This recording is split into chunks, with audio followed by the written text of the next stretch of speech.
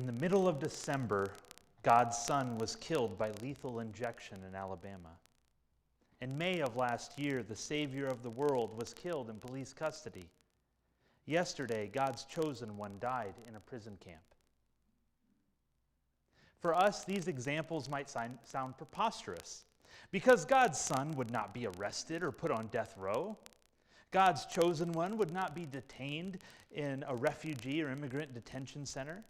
Maybe we think that people in these situations deserve their fate. Maybe we think they were asking for it. In the very least, we think that we are too respectable to associate God with someone on death row or someone who might have broken the law. And yet every week we come to church in a building decorated with crosses, right? We have a giant cross outside hanging in the church. We have a cross right there. When you pull out your hymnals, we have a cross on them. Crosses decorate this church in so many places. We sing about the cross. We wear them around our neck. And rarely, if ever, do we associate the cross with a sign of dishonor. We see the cross as a sacred symbol, as a holy symbol, as something that means something about God. Rarely, if ever, are we offended by the image that we see. As theologian James Cone writes in the introduction to his book, The Cross and the Lynching Tree, the cross has been transformed into a harmless, non-offensive ornament that Christians wear around their necks. Rather than reminding us of the cost of following Jesus, it has become a form of cheap grace, an easy way to salvation that doesn't force us to confront the power of Christ's message and mission. And yet the cross, before it was anything else, before it was a decoration that we used and a symbol, before it was a respectable image, the cross was something disgraceful. The cross was and remains one of humanity's cruelest achievements. It was a torture and death device used by the Romans to humiliate, dehumanize, and kill people. As one journalist put in an article I read a few years ago, if there were photographers at the scene of Jesus' crucifixion, would we hang those photographs on the walls of our homes and our churches? The cross was not beautiful or meaningful when it was carrying out its terrible purposes in Jesus' day. It was something ugly, something brutal, something shameful. It was something from which people would either look with murderous glee or turn away in shame and disgust. And that's why when Jesus begins to tell his disciples for the first time about his coming death, that he was going to have to die, they're not just taken aback, but they're angry and they're offended at what Jesus is saying.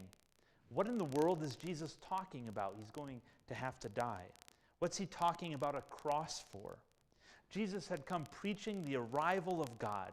God's kingdom is here with us. He had done so many wonderful things, so many healings and miracles, feeding the hungry, healing the sick. People left everything they have and they went and followed Jesus because they believed that God was about to do something in the world. And then, after about a year or so of following Jesus, of waiting and hoping and seeing what Jesus was going to do, Jesus starts talking about his death. And not just any death, but a shameful and dishonorable death.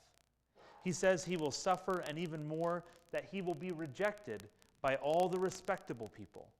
All the people whose opinions matter, those who say this is good and this is bad, they're going to reject him. And that he will die before he could rise again. At this, Peter, one of Jesus' earliest and closest followers, rebukes Jesus. Jesus, you don't know what you're talking about. For us, it might be hard to understand why Peter would do this, because of course Jesus had to die on a cross, right? That's part of the good news that we proclaim. But for Peter, Jesus' message of his coming doom was at first a message of scandal. Why would Jesus waste his life when he had so much going for him? Why would he die such a dishonorable death? Surely there had to be some other way.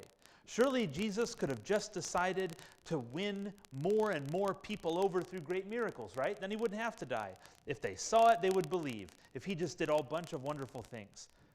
Maybe Jesus could have become so popular that he could have been a great leader and everybody would listen to him. If these ideas sound familiar, it's because they are. These are the kind of things that Jesus was tempted with in the desert when he was tempted by Satan when he began his ministry. Satan tempted Jesus to leave the path that he was on and instead win people over by turning stones to bread. He invited Jesus to become popular by doing great miracles that would woo everybody. He invited him to become a great leader that would rule the nations of the world. But Jesus rejected all of these. And when Peter is saying the same thing to him, he rejects these ways as well. He says, "Get behind me, Satan," talking to Peter. Peter, in his rebuke of Jesus, was playing the same role that Satan played in the desert. Not out of evil intent or wickedness, but out of true concern for Jesus, out of concern for his message. Peter is trying to turn Jesus away from the cross. But Jesus knew where his path was leading. It was not leading him to a respectable place. It was not leading him to a place of great power. And it was not even leading him to the honor of a heroic death. Jesus' path was leading him to a cross. And Jesus says, if anyone wants to be his follower, they must follow him all the way to the cross. They also have to bear the shame that comes with the cross. They too will have to carry the disrespect and the dishonor of the cross. If anyone wants to follow Jesus, they will have to take up the terrible symbol themselves. In saying that his followers have to take up their crosses, Jesus is saying that they must face a part of life that they would rather turn away from. They must not turn away from the ugliness of the world. They must not turn away from the realities that the world is, because following Jesus means facing these realities. And for some of his followers, it would mean suffering these things themselves. The cross makes us face humanity at its worst. It makes us face the cruelest part of our own histories. It makes us face the victims of brutality and violence in our own world. We can't turn away from it. Sometimes I wondered if we don't feel shame at the cross because we've removed shame from the cross.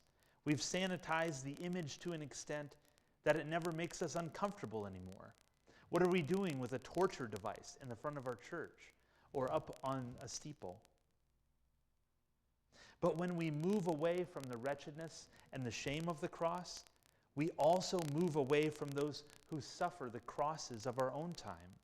When we make the cross something less terrible than it was, we're more likely to create new crosses out of our own fashioning. One of the sad ironies of Christianity is that those who claim to worship a crucified Savior have themselves often devised new crosses in the world.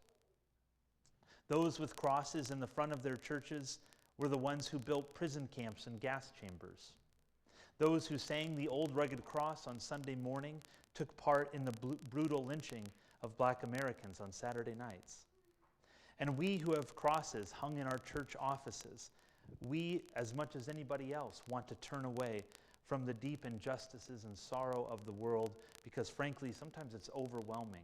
It's overwhelming to try to take it all in.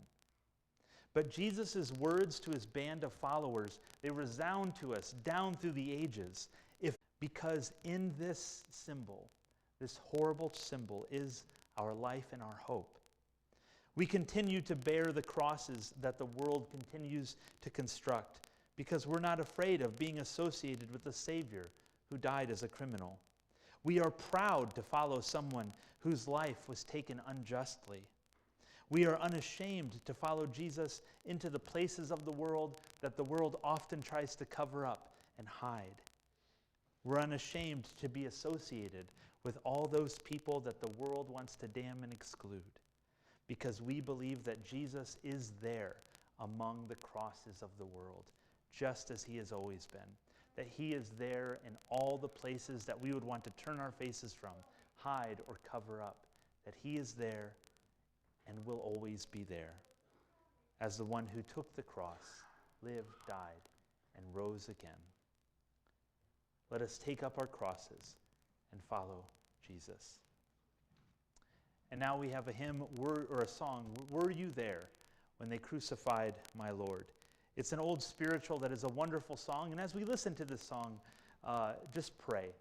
Ask what God would like to show you today and where God would like to lead you.